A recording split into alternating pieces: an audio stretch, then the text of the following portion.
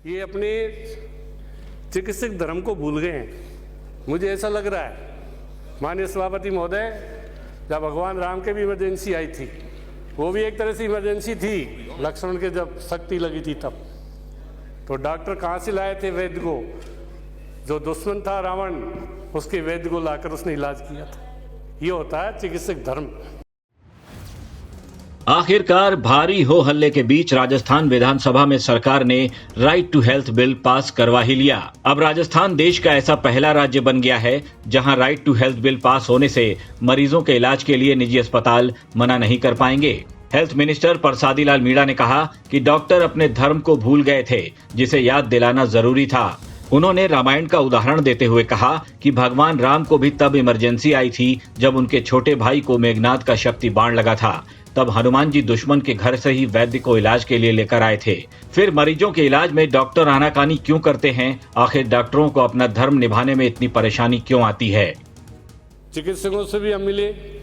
अभी कालीचंद जी ने कहा आप चिकित्सकों से मिले ही नहीं। आपने कहा कल हम चिकित्सकों से मिले, वो आए मिलने, समय दिया। उन्होंने कहा हम तो एक ही शर्त है हमारी कि बिल को वापस लिया जाए। सभापति महोदय, ये कहाँ तक न्याय संगत है? हम बिल को ही वापस ले लें?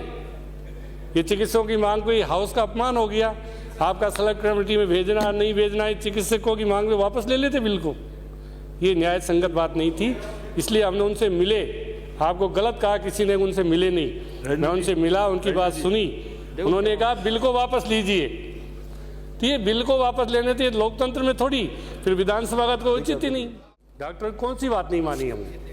आज आंदोलन कर रहे हैं डॉक्टर। ये अपने चिकित्सक धर्म को भूल गए हैं, मुझे ऐसा लग रहा है। माननीय सभापति महोदय, जब भगवान राम के भी इमरजेंसी आई थी, वो भी एक तरह से इमरजेंसी थी, लक्ष्मण के जब शक्ति लगी थी तब, तो डॉक्टर कहाँ से लाए थे वैद्य को?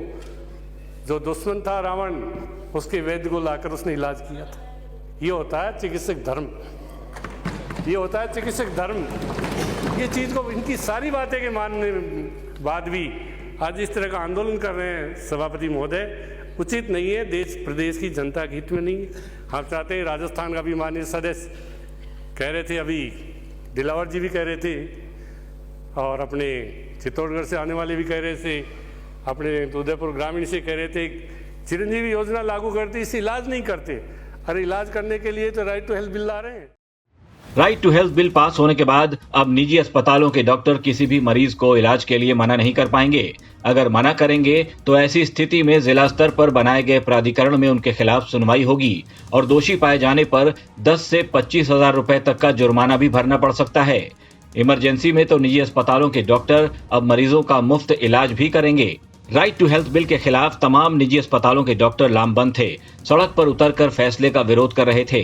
नतीजा ये कि लाठियां खानी पड़ी, पानी की बौछारों से भी सामना हुआ। बीजेपी इस मुद्दे पर निजी अस्पतालों के साथ थी। खुद प्रदेश अध्यक्ष सतीश पूनिया अपने सोशल मीडिया अकाउंट्स पर डॉक्टरों की लाठी खाने वाली तस्वीरें डाल रहे थे, सरकार को कोस रहे थे। सदन में भी इस बिल को पास होने से रोकने के लिए विपक्ष ने पूरा जोर लगा दिया था, लेकिन ये ऐतिहासिक बिल आखिरकार पास हो ही गया। इस बिल के पास होने से मरीजों को सहूलियत मिलेगी, इसमें कोई दो राय नहीं। फीस या चार्ज के एडवांस पेमेंट के बिना इमरजेंसी की कंडीशन में प्राइवेट सर्विस प्रोवाइडर्स जरूरी इमरजेंसी ट्रीटमेंट फैसिलिटी और इंसेंटिव केयर, इमरजेंसी डिलीवरी और ट्रीटमेंट देने को बाध्य होंगे।